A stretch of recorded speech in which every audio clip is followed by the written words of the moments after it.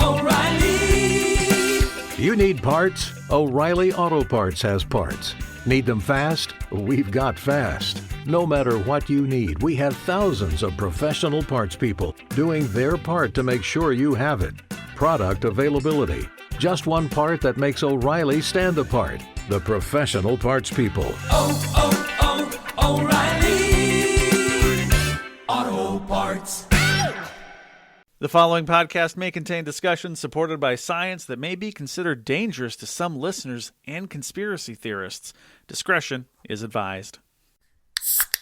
The 3 Down Greencast is brought to you by Lucky Bastard Distillers, Saskatchewan's premier distillery, and by the Pile of Bones Brewing Company, brewed in the heart of Regina. Welcome to the 3 Down Greencast. You are listening to the internet's only CFL free agency podcast. I am Joel Gasson with John Fraser. The only one? As usual. You heard me. I think for once your intro may not be correct for the first time in like 5-6 years. I'm sure there's been some others that I've maybe glazed over. Where I've not gone with what we're opening with, where we talked about what we're actually talking about. Fair enough. So yes, we will plenty to get to in this episode as always. CFL free agency opened, if you happen to miss that for some reason. Lots of names go in different places as always. The Riders made some moves, most of which we approve and we like. A couple that we, I think, kind of raise some question marks, but won't necessarily, sink the team by any stretch of the imagination. So we'll get into that. John wants to talk a little bit about how the Bombers have handled their offseason. So we'll talk about some of that as well. Yes. Of course, though, this past weekend there was another football game that happened.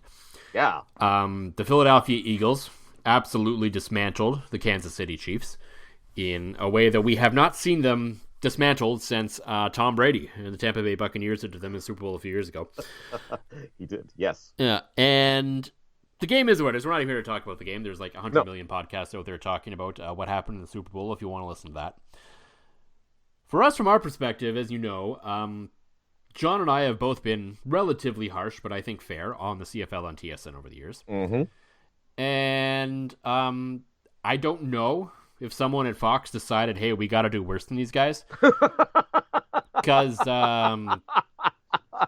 for as harsh as we've been on the CFL on TSN, and sort of one of the main cruxes being the desire for change after a broadcast that's been the same for 35 years,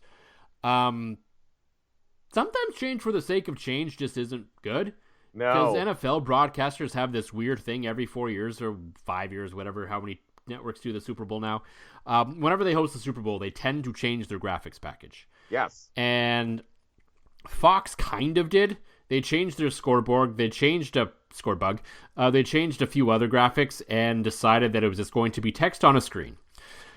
But on the same end of that, so they have the super minimalist thing on one end.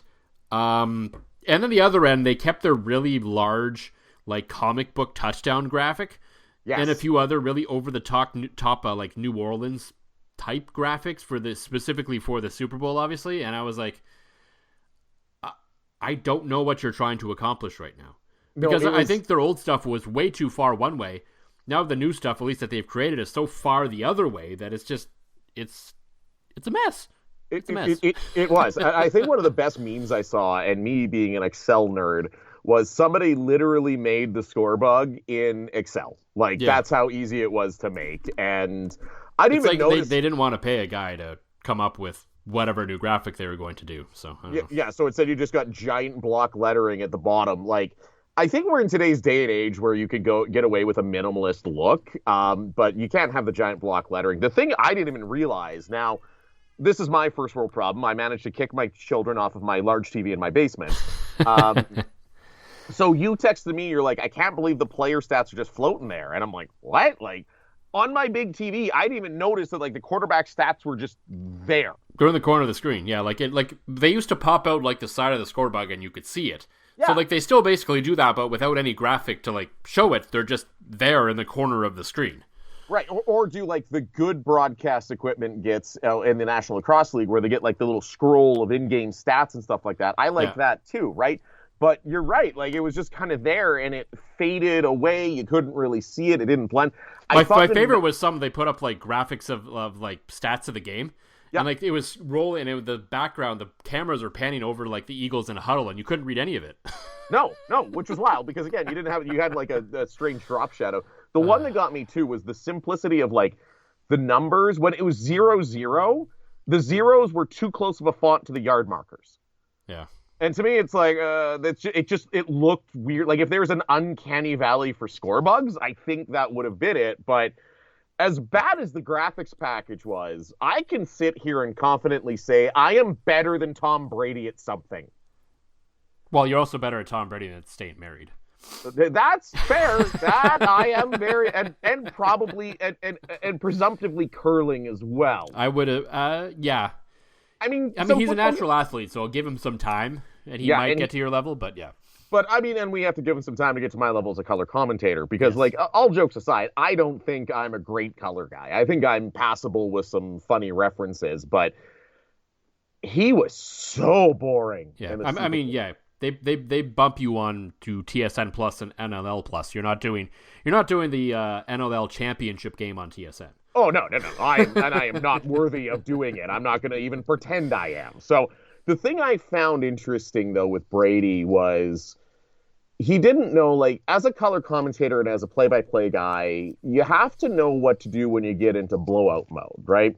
It's not a written rule, but generally when the score is one-sided, your call doesn't matter. Breaking down the plays doesn't really matter because somebody's getting shit-stomped, right? And I learned to do this a lot while doing Hilltops broadcasts. No. And you see some broadcasters that are really good at it, that they know to step away from calling the game straight up to maybe draw a story from your color guy, maybe tell an anecdote from, Super Bowl week, talk about these kind of things. Don't talk about the game.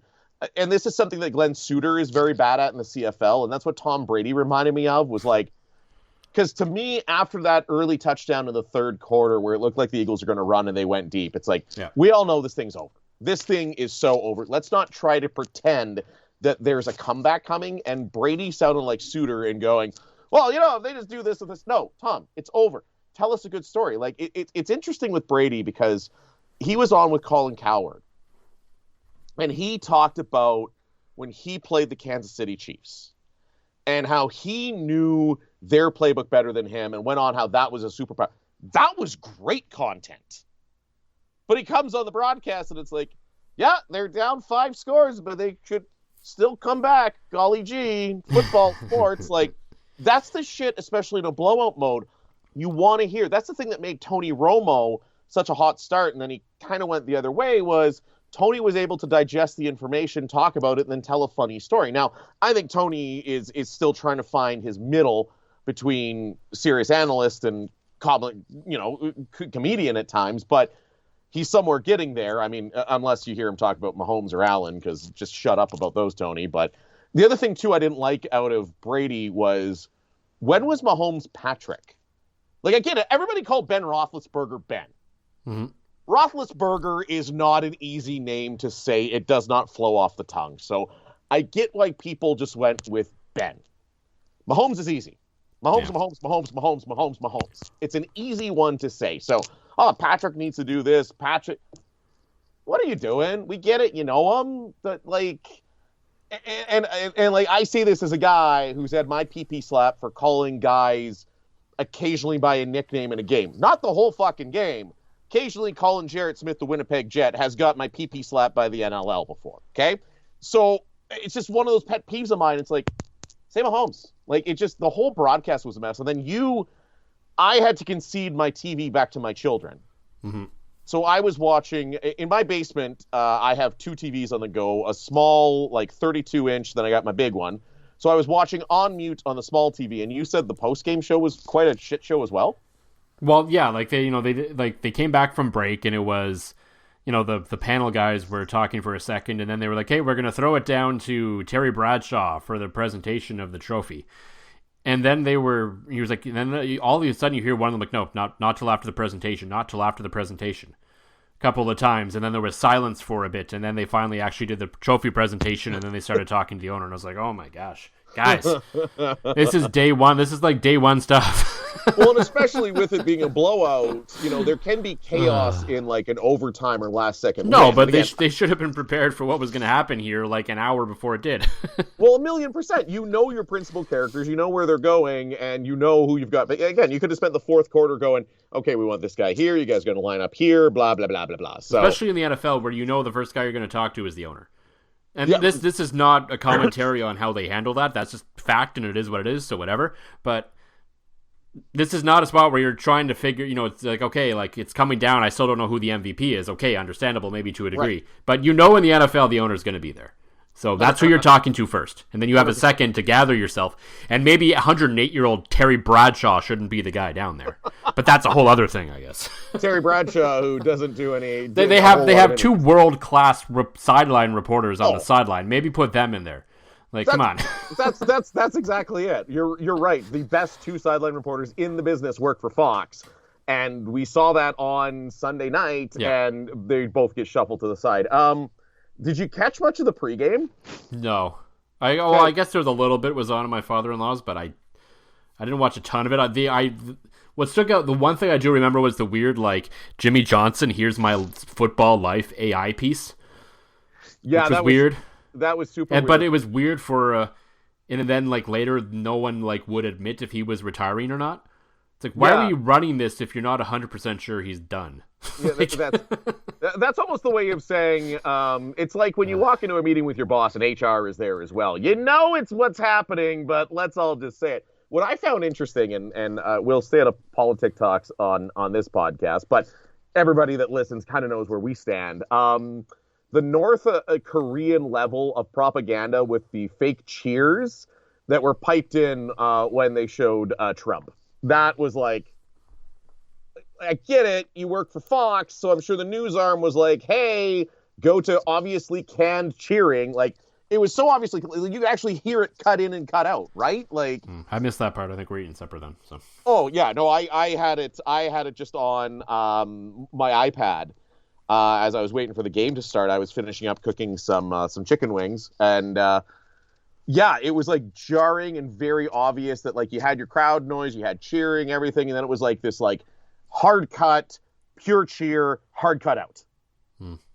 It reminded me of North Korea. Next thing you know, everybody's going to be bouncing around like they're playing Wii Sports. So all in all, terrible broadcast, which is great. I know you don't write about the broadcasts anymore, and I'm contractually obligated by my part-time job to kind of bite my tongue a little bit. But yeah, I'm not going to say I'm going to commit to a full season of it, but there have been rumblings of change coming to the CFL on TSN this year, so it may be worth a look or two throughout the course of the year if they're actually doing something different. So the best change would be getting rid of Davis Sanchez and stop sending him places.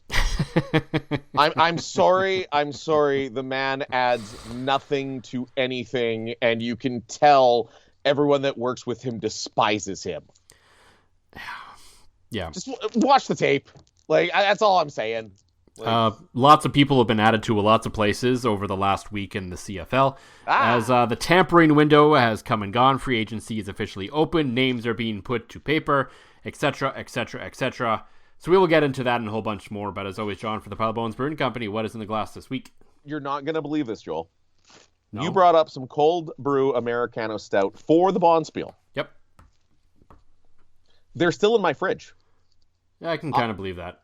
Right, it's not a beer that you're going to pound 12 of, so it's going to sit there, actually. So, yeah. No, exactly, which is quite nice. It's the perfect, like, came home from work. I was up a little late curling last night.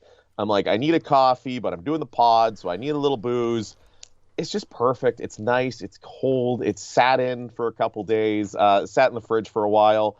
Yeah, definitely not one, like you said, that you're going to have a dozen of, but definitely one that has its niche, little bit of caffeine in it, wakes you up a bit.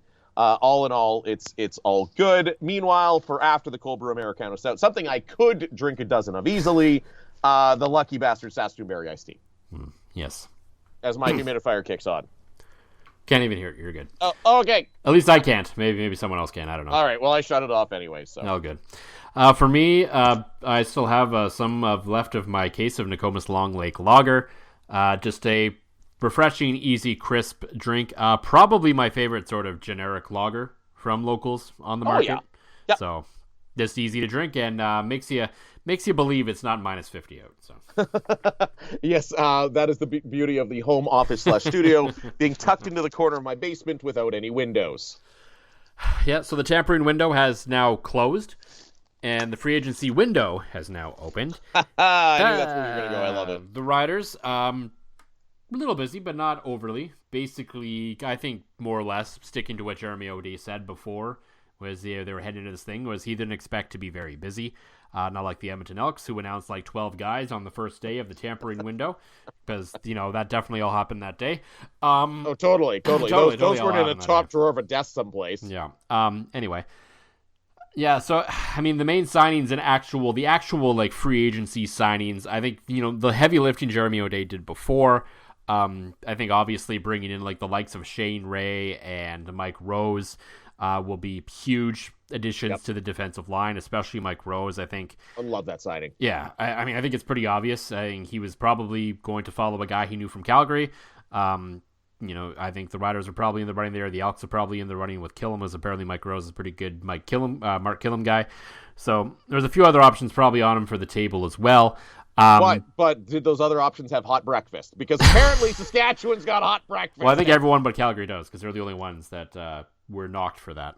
I know, but I love the fact that a man's CFL free agency decision came down to the plate of breakfast he got. I don't know if it actually came down to it, but it's a factor. It's a factor. Well, I mean, that's just why Calgary hasn't been able to sign a lot of guys. Right. I mean, but he literally, the day he signed, he put out a post having pancakes and bacon. Well, I mean, they're all poking fun and, bringing up the quote that 3 Down Nation pulled out of former Stampeders at the Grey Cup, by the way. So you're welcome, everyone, for that joke. That's right. You're welcome for hot breakfast. Yeah, and I think, especially after you watch the Super Bowl, and I think, we think about how this team kind of played last year, the defensive line was fine, but not amazing. So you could use a bit of an upgrade, I think, especially in the middle a little bit, as good as Micah Johnson was. Mike Rose is just younger and on another level there to sort of take over that anchor spot. And it's important, I think, if Corey Mace is going to continue, and there's no reason to believe he won't because this is what he's always done. If he's going to continue to be a heavy zone guy in coverage, you got to be able to get home with 4. Yeah. And so they had to beef up that defensive line to make that happen. It cost them the likes of Miles Brown and Christian DeBeer and, those kinds of guys who signed elsewhere, Albright. But, they were good players, but not irreplaceable. And so I think ultimately they upgraded, and that is a spot that will make them much better in the long run. And it could really help their defense, especially if, zone does what it does sometimes and you get beat. But ultimately, it's hard to complain about those moves. It was interesting too when, the window opened and a couple days in, we had learned that Peter Godbrew was going to sign with Ottawa, and everyone was like, "Man." Yeah, there was a few panic texts from Rider fan friends of mine going, "What is happening? Excuse me, that's a bad one." Because he was obviously the anchor of the offensive line the last 2 years, did a very good job at center. Well, as we record this today on Wednesday, February 12th, it seems the reason why Godbrew was available on the open market was proven because they signed from the Calgary Stampeders yet again. Which, it's weird to pluck the worst team in the league, but apparently there is still some talent there. But, Men, if you've lost your hair, it doesn't mean you can't find it again. Try Hims Hair Loss Solutions and you'll be joining hundreds of thousands of subscribers who found their hair again. It can be hard for men to deal with hair loss, even though it is common. Luckily, I'm here to provide you with a solution so you don't even have to talk about it. Through Hims, you can restore your hair by accessing their personalized hair loss solutions. Men value many different things about their appearance. But if you're a guy who really cares about your hair and find that it's slowly going away, you might be feeling discouraged when you look in the mirror. And that's where Hims comes in. Check out their personalized hair loss solutions, and you can start seeing your hair grow back in as little as 3 to 6 months. Hims provides you with convenient access to a range of hair loss treatments that work, all from the comfort of your couch. Hims makes treating hair loss simple with doctor-trusted options and clinically proven ingredients, like finasteride and minoxidil that can regrow hair in as little as 3 to 6 months. Choose from personalized chewable, oral, spray, and serum treatments to find what works best for you.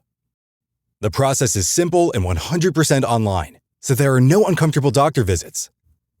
Answer a few questions and a medical provider will determine if treatment is right for you. If prescribed, your treatment is sent directly to you for free. No insurance is needed and one low price covers everything from treatments to ongoing care. Hims has hundreds of thousands of trusted subscribers. And they can help you get your confidence back too with visibly thicker and fuller hair. Start your free online visit today at hims.com/Hail Mary. That's HIMS.com/Hail Mary for your personalized hair loss treatment options. hims.com/Hail Mary. Results may vary based on studies of topical and oral minoxidil and finasteride. Prescription products require an online consultation with a healthcare provider who will determine if a prescription is appropriate.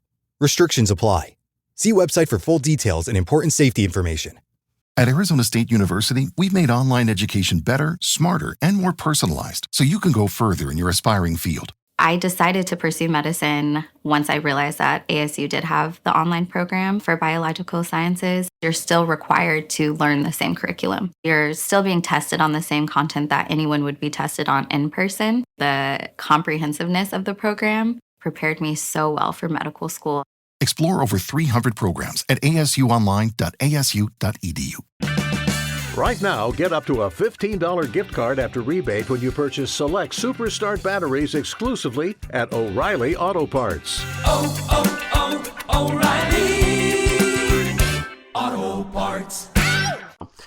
Sean McEwen, the Canadian longtime, multiple-time All-Star, has signed, so he will obviously be the starting center for the Riders next year. They should be able to roll out 3 Canadian offensive linemen again. The ratio is looking strong in that regard, even across the board. And those 2 signings to me are sort of the big ones in free agency that I think will make the most difference for this team next season. Certainly. And you made a great point, Gas, about the Super Bowl. You watch the Super Bowl, that Eagles defensive line ate. They didn't even blitz, and they had pressure all the time, right? Well, and I mean, if you just have to watch the Argos, too. That's how they've consistently been able to beat the Winnipeg Blue Bombers. Yeah, exactly. And Bombers. We'll get to that in a minute. The other thing with Sean McEwen, he's durable. Yeah. Right? 17 starts last year, 132 career games since being taken in 2015. So that might have been the knock on Godber, right? He's not a Band-Aid by any stretch of the imagination, but that's a guy that missed a lot of time. You're getting a guy in Sean McEwen that doesn't miss games. I have a real wood desk that I'm knocking on too. But again, hey, hot breakfast. What can we say? Good little pancakes, bacon, eggs, maybe some pierogies if you're feeling spicy, a little farmer sausage. Saskatchewan does hot breakfast correctly, right? So it's the most important. I get it. You can be like Edmonton and go out and sign, and even Hamilton to a degree, go out and sign all the flashy names, and those are the ones that are going to get the attention and the eyeballs. But you sign the guys on the D line, you sign the guys on the O line, and that's how you win football games, especially when you have a 74-year-old quarterback who's very good at picking apart defenses, getting the ball out quick. So you're right. Those are the 2 main ones. Love them both. I think they're both 10 out of 10. They filled the needs. I was very panicked when Godber left because he is very good. But no, I like it. It is very Jeremy O'Day. It's not going after the flashy name. It's going after the names that are going to win you football games, which it gets it gets a little annoying sometimes with the discourse online.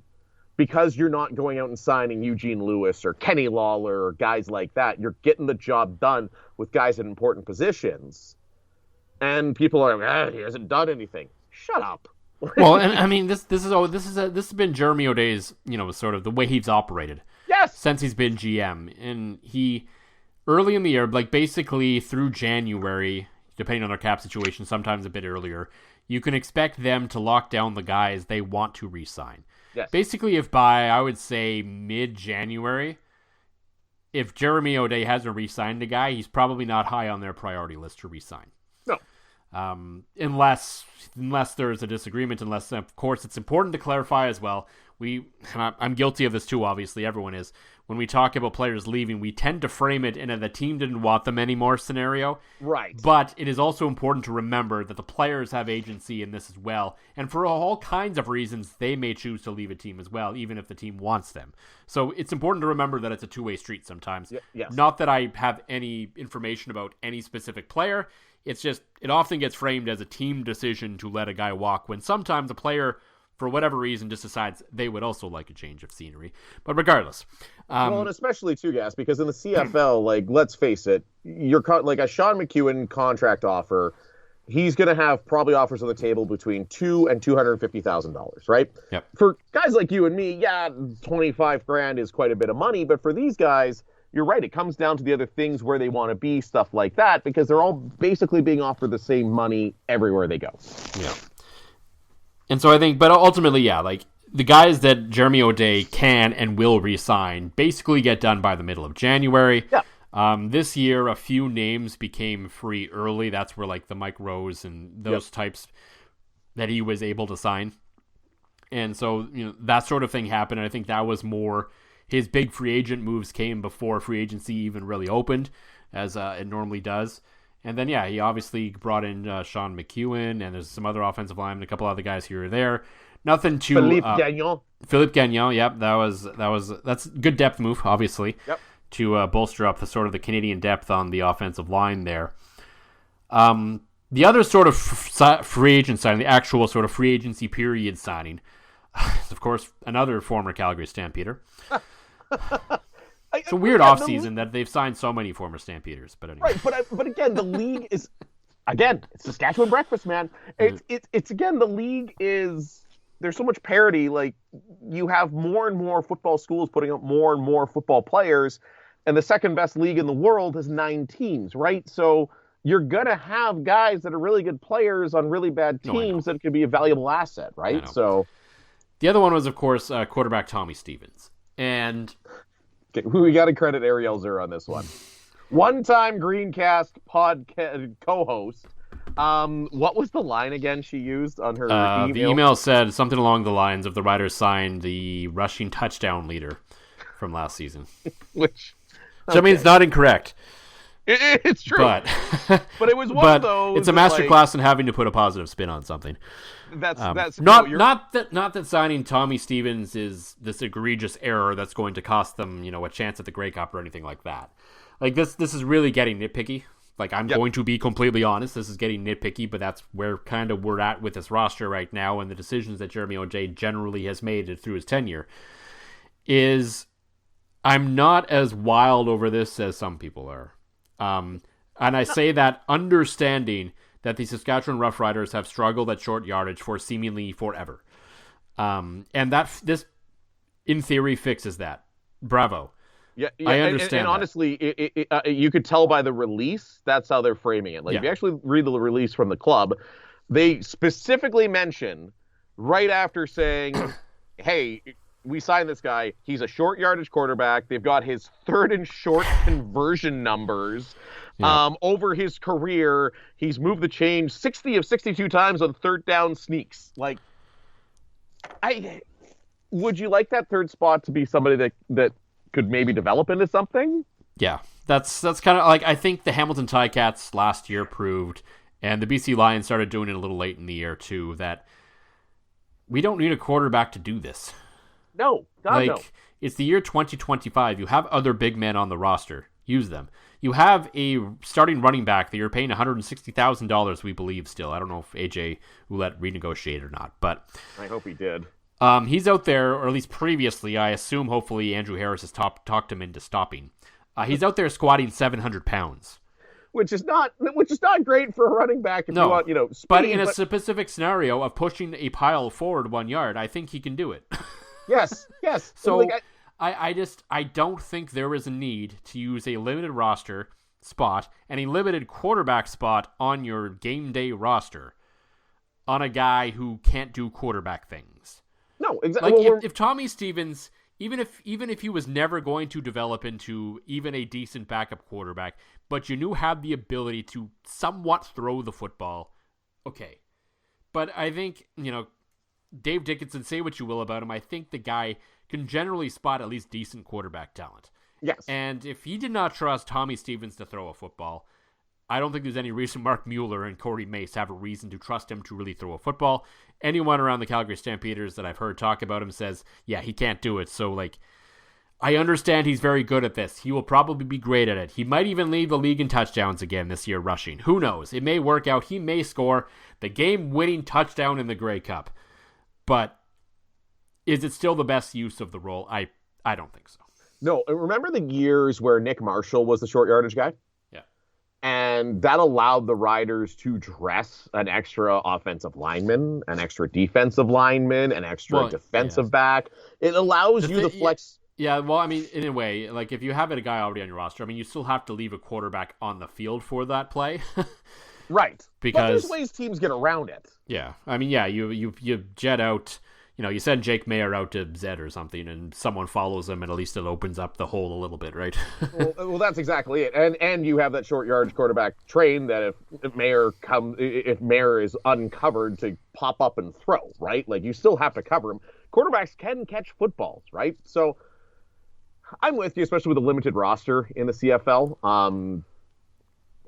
Yeah, I would rather Jack Cohn be on the roster every day than a guy like Tommy Stevens, because then in the case, even the scenario, it's okay, Trevor Harris gets hurt, doesn't play a game. Okay, we know Jake Mayer is starting.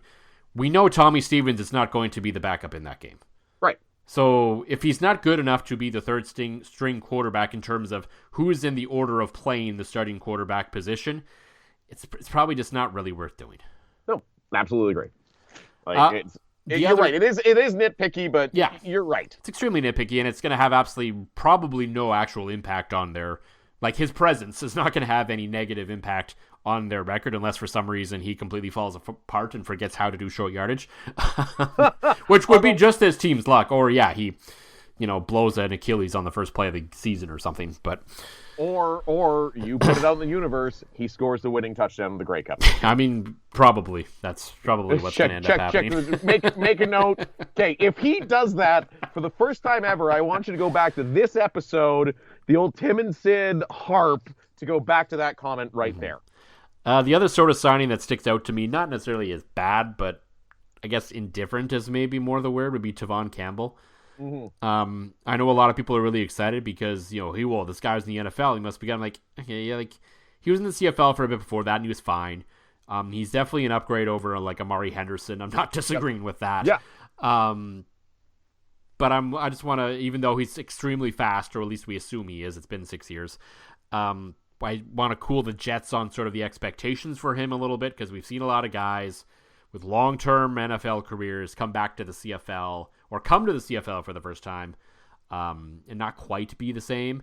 Yeah. Maybe not quite have the, sort of full gear into it they used to have. So we'll see on that front. With the understanding that he is essentially a local guy, having played youth sports in the province. So there is a little bit of a different connection to the community here compared to, say, if he signed in Toronto or something. But yeah, or went back to Montreal or something like that. No, you're right. It is interesting with guys returning from the NFL, because I think on top of you always want to win the game. You're playing a sport, you want to win the game. I think a lot of guys are also trying, kick it to that next gear to audition for the NFL. Because let's face it, Campbell has his nest egg now. He's got his NFL pension. He made enough money that he probably doesn't have to work again, right? It's not like you're going to see him, selling insurance or car sales or anything like that to get by. So guys playing for the love of the game, I respect that he could hang it up and instead chooses to play. Now, he's also lacking motivation because he's been to the NFL, right? And maybe Corey Mace seems like the kind of guy that can get anybody to run through a concrete wall. So maybe we don't see that return from the NFL dip. I hope we don't, but you're right. Everybody's going bananas lands for a guy that has 4 career CFL interceptions. Yeah, but I mean, as I said, at the end of the day, even 80% Tavon Campbell is going to be better than 100% Amari Henderson. So. Well, and the thing I mean, is too, and if he actually gets beaten coverage, you could probably actually catch the guy. So yeah, there's definitely that. He is an upgrade over what they had, and with the magical bonus $400,000 everybody has on the salary cap out of nowhere this year, definitely the kind of time where you can pay up for a guy like that. Yeah. When we learned about this increase in the cap, it certainly made your team, John, the Winnipeg Blue Bombers, look interesting because they've lost some guys. Yeah. And they've made some acquisitions, but nothing huge. And the guys they've decided to keep have, again, been a little weird. Like, I mean, we'll give them credit. Like, they've decided it's time to move on from Adam Bighill. I think that was, an obvious and smart move there. They had to pick one of their offensive linemen, and they did that. But beyond that, it's like, why are you getting rid of Drew Wolotarski? Why are you getting rid of Kenny Lawler? Like, I don't understand any. If you're going to go in a rebuild, why are you bringing back Chris Streveler? Like, we talked about Tommy Campbell, a guy that can't throw. You bring back Chris Streveler? Like, I don't get it. If you're going to go rebuild, then you should have gone rebuild, and you should have done that when you still had Drew Brown on your roster. Instead, you brought back Zach Collaros. We lost again in the Grey Cup. Mike O'Shea played Zach with one fucking hand, and there's no direction. They have Shea Patterson now, so it's all good. Oh, great. Shea fucking Patterson. He's the savior because he's the greatest quarterback in league history. I have no idea what they're doing. That's at least Saskatchewan you can see. You're like, okay, they're spending money. They're bringing back guys that are veterans but still have meat on the bone, right? They're bringing back Micah Johnson. He's still got meat on the bone, right? They're bringing back Picton, right? He's a guy that always seems to come up with big clutch passes. They're signing McEwen. They're doing these things. You see the direction. Saskatchewan's going, okay, we're a Grey Cup contender. Meanwhile, Winnipeg's like, yeah, Drew Wolotarski, you're kind of clutch for us a lot. Everybody in the community loved you. People, in fact, went to your concerts, and you probably only would have cost us like $100,000, but fuck you. Kenny Lawler, you're the only reason Zach Collaros looked good, so suck on these nuts and get out of here. Like, what are you doing? Like, the only good goddamn move they've made was re-signing Sergio because you're going to need him because your offense ain't going to do shit this year. Good now. Have a drink. I really don't think Winnipeg's going to be that bad, though. Like, the pieces are still there. They're going to be fine. I mean, the West is... I don't think so. I don't think so, though, because one of the pieces was, like, I look at guys like I get it. You had to move on from Big Hill. Mm-hmm. Big Hill was cooked. I don't know why the fuck they played him in the Grey Cup a couple years ago when he had one leg, right? It sucks. Adam Big Hill was one of the big signings that brought back Blue Bomber football, okay? Kenny Lawler, that's the one that... Him and Wolotarski are the two that blow me away. Well, I mean, the guys on 3 Down talked about it, like, Lawler likes to chase the money, so obviously Hamilton ponied up, and that was that. So fair enough, but like if you're Winnipeg and you're getting rid of Wolotarski, you've got bonus $400,000 on the cap. Pay Lawler. Like he's the straw that stirs that drink, because Zach Collaros, to be successful, needs a deep threat. Zach Collaros, when he's playing at his best, when it's good Zach, it's a lot of play action, it's those short, quick passes, and then I've got one-on-one down the middle, lob it up for a guy. He's great at that. It's a lot like Russell Wilson, right? He finds that guy, gets the coverage, boom, he needs the deep. Who's the deep threat now in Winnipeg? Ontario Wilson? And I thought, okay, he's in the NFL. Right. Yes, he is. He signed with the Jets. So I guess it's Jarrett Stearns who they signed. Yeah, because he did so much in Saskatchewan with a... I mean, he looked pretty good with Trevor Harris at times. Yeah, he did, but I don't get it. Like if you're gonna go young, go young. Like it's this weird middle ground for a team that's hosting the Grey Cup. It stinks of we ran it back one too many times and now we're fucked. And there's a lot of speculation that no matter what, this is Zach's last season. There's a lot of rumblings out there that the dude's coming off his contract. He's been healthy, minus cutting his hand open, that this might be the end for Zach Collaros, so you need to start preparing for that, but not in the year you have the home Grey Cup. Like, what worries me is, you're right, the West is going to be, like, you're gonna have they're still going to be in the mix. I think they're going to be fine in that regard. But that's the worst part. It's just being in the mix. Like, why be average? Either you are building towards a championship or rebuilding, right? I guess. I don't like being average. You shouldn't try to be average. You should try to be... Poor baby. We made 5 straight Grey Cups, so we might be average for a year. How terrible. Okay, I know. You weren't supposed to complain for like 5 years still. I know I'm not supposed to complain for 5 years, but I still, that passion is there, and I can't not complain. But when we lose a bunch of games, I can't not be chill. I can't be genuinely upset. Here I am being genuinely upset. But I want to see direction. Like, that's what I mean. Like, they build up enough credit, go through a full fucking rebuild. Like, just get rid of everybody that's old, and let's rebuild this thing and be dominant again in 5 years, right? But you're right, they're going to be in the mix, and they'll probably pull off a playoff win in the West semifinal against BC and be in the West final against Saskatchewan. Buy 5 quarts of Castrol Edge Full Synthetic Motor Oil and get a $15 gift card after rebate, plus 2 times points at O'Reilly Auto Parts. O'Reilly Auto Parts.